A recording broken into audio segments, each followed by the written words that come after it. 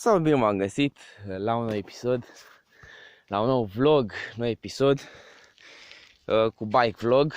O să începem o serie cu bike vloguri. Vedeți că sunt pe aici pe vale. O să mergem puțin înainte, după aia o să o luăm după aia o să o luăm încolo.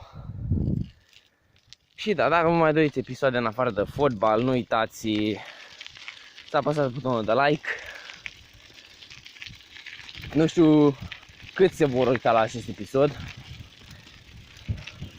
dar sper să se uite mulți, că aș vrea să încep o serie. Bă, am zis că la fotbal, dacă e, plus că n-am făcut așa multe like-uri, am făcut una sau două like-uri și vă mulțumesc foarte mult. Acum mergem pe vale cu bicicleta.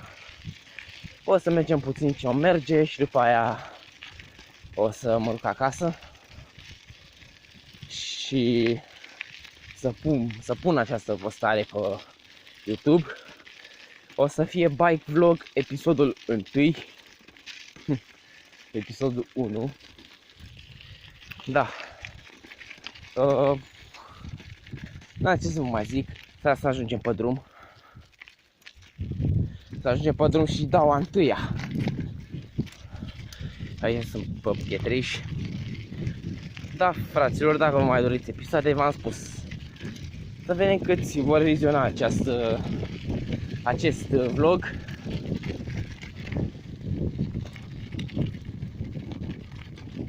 Hai să vedem.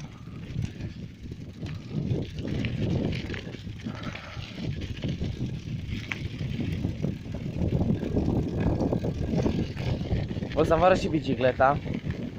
Nu e așa frumoasă cum credeți voi, dar l-am modificat puțin.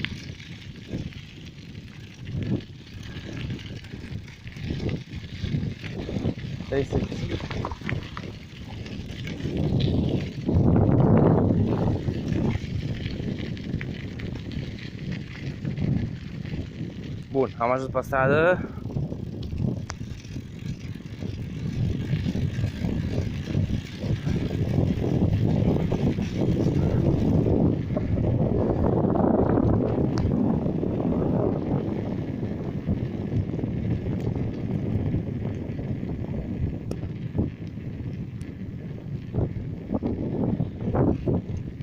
Ia uite. M-am recarcat. Nu o să țin așa de mult episodul ăsta, că vreau să încar repede. Și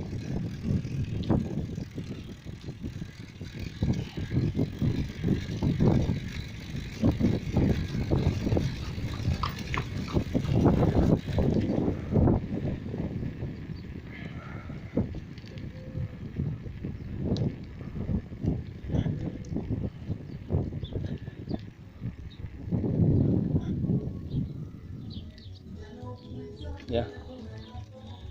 Hai să mergem.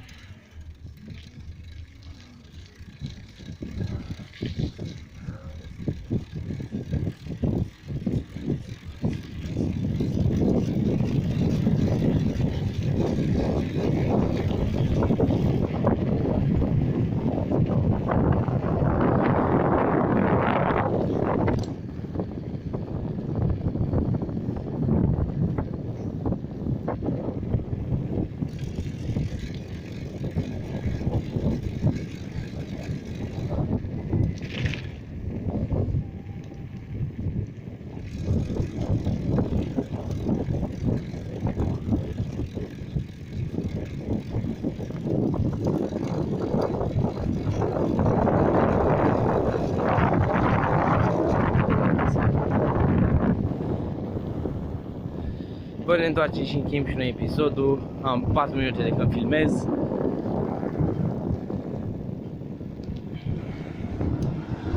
O să fac episodul următor de vreo 15-20 de minute. Ne întoarcem. Bă, știu că bike vlogul nu prea este iubit, dar spre deosebire de car vlog și moto, Eu sper să vă placă ceea ce fac.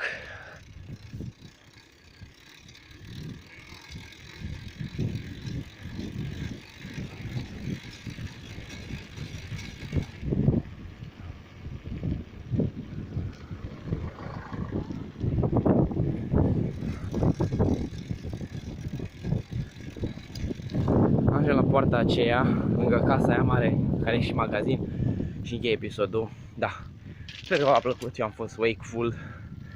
Vă aștept și la un alt bike vlog. Ciao, ciao!